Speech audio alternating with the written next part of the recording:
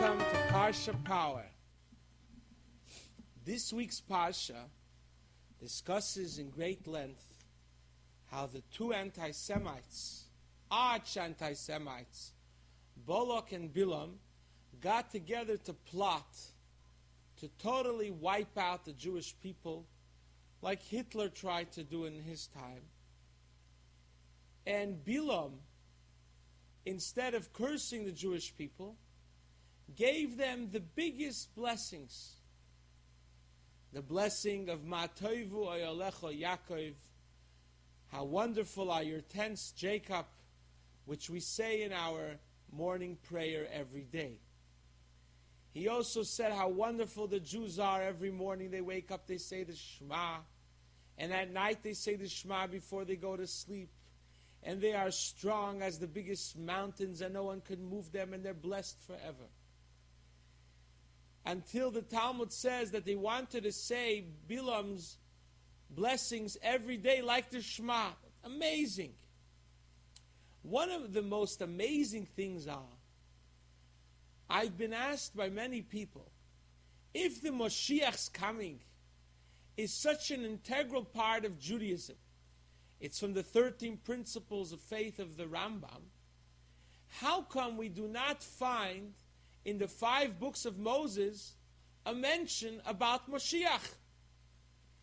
And if you give a look closer in the Maimonides and the laws of Moshiach, the last 2 chapters of his works, the Rambam, the 14 books, he writes, he says that the prophets, Isaiah, Jeremiah, they're full of prophecies about Mashiach. But in the 5 books of Moses, he finds 2 places. He finds that since God says in the Torah that if Israel will become bigger, you should make more cities of refuge. So we see that Israel will become better and bigger when Mashiach will come. That's a whole other subject. There won't be any murderers when Mashiach will come. Why we will need cities of refuge.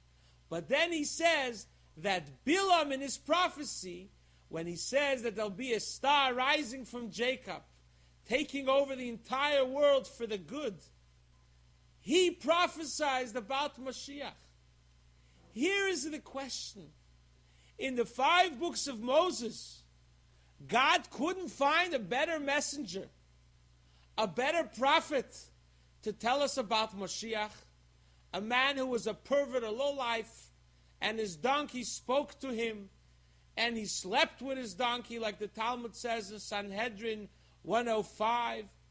So why did God choose him to be the messenger of this incredible, our hopes and our dreams for 2,000 years, the coming of Mashiach? Why Bilam? And more so is the question, why did the Rambam in his laws have to tell us that Bilam said it?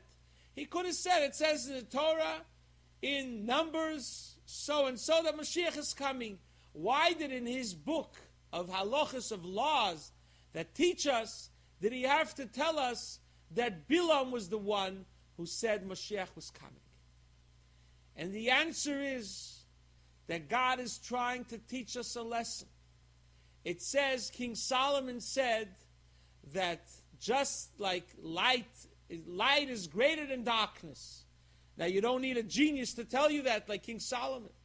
And Chassidus explains that what King Solomon is saying, that you could reach a higher level of light by transforming the darkness. So this is what the Rambam and the Chumash is trying to teach us.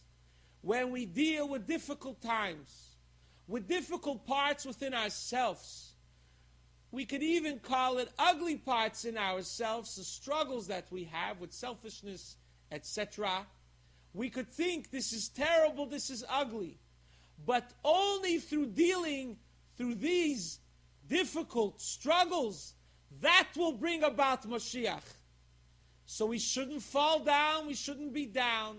We should remember that these struggles, they are going to bring down Mashiach.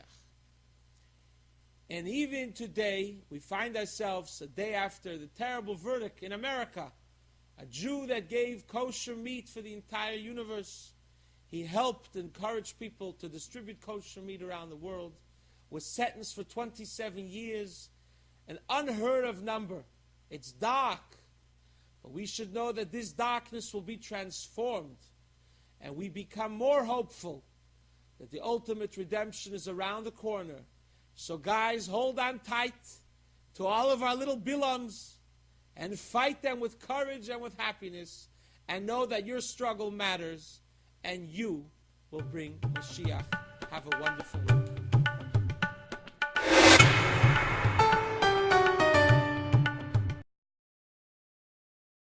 I just would like to take this opportunity to wish the Rabashkin family, with all their 10 children, and Avshalom Mordechai ben Rivka, a speedy redemption from the difficult times, and God should bless anyone else who needs redemption from their difficult times.